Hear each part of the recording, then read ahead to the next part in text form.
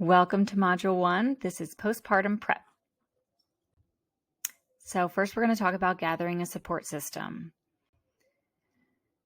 We need to identify who can help you after the baby comes, because your priorities are going to be feeding the baby and eating and drinking yourself.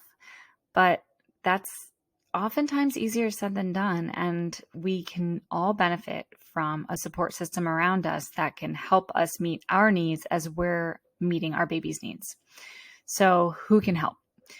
If you have a partner, parents, relatives, friends, if you're not close by to family and friends, you can also consider hired help, like a baby nurse or a doula. First step I would do is talking to my partner. So making sure there's open communication here. Throughout your pregnancy, a lot of this burden or job of creating this new life has been on you. And you might need to just start a conversation with them about expectations after the birth and how you're going to need somebody to help take care of you so that you can heal. So even if it's things like household duties, nighttime routines, taking turns with the baby, setting realistic expectations, because we don't know what our partner's expecting. They might not know what to expect. Maybe they read some baby books, maybe they didn't. And then talk to them about their leave. Do they get any paid parental leave through their job? If not, do they have any paid time off or sick or vacation time that they can take to help you in the beginning?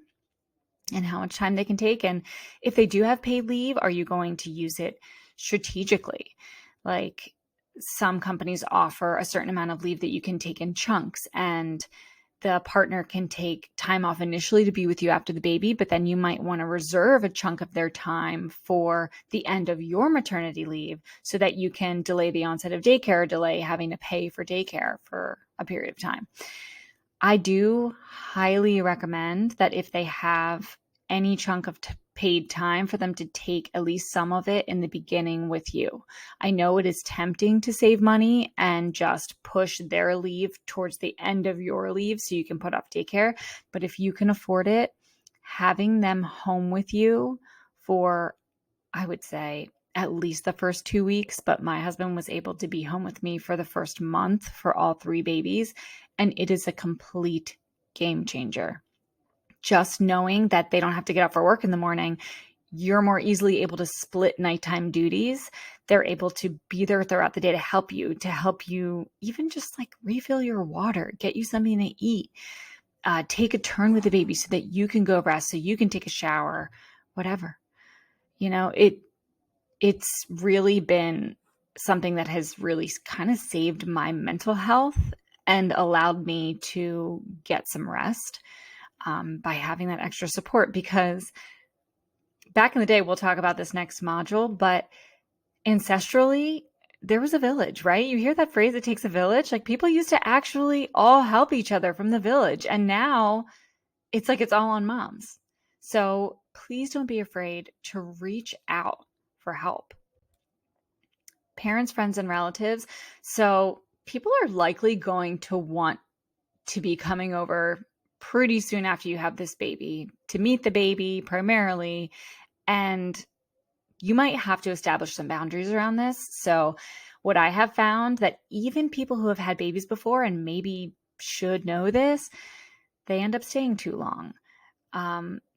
Maybe parents or in-laws want to stay overnight, and that might not be convenient. Or maybe it is. Maybe you are dying for someone to stay overnight to help you.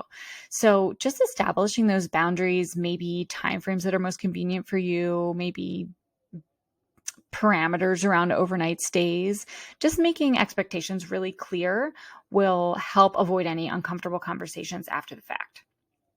And a lot of people want to help, so having helpful ideas ready for them is key, because I know it is hard to ask for help. A lot of new moms do not like asking for help. But if you have ideas ready, then you can give them something to do. They feel like they're being useful to you, and then everybody wins.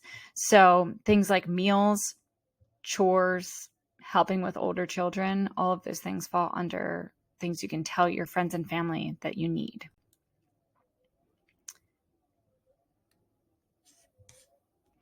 So what are your options for hired help? So a postpartum doula is an option. Their primary role is to help the mother heal.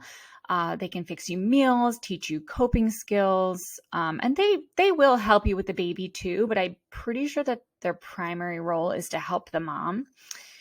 And just like you can have a doula during your birth, maybe some of them will also do the postpartum thing, or they can connect you with somebody who does that. There's also a baby nurse or a night nurse, and they may or may not be an actual nurse. You might pay more if they're an actual nurse, but they're at least a caregiver to come help you. And their primary role is to help care for the newborn so the parents can rest. So a lot of times people do have these nurses at night so that you can get some sleep. It's something to definitely consider, especially if you have a baby who's colicky and if you are truly not getting the rest you need, or if your partner's not able to take any time off and it's all on you.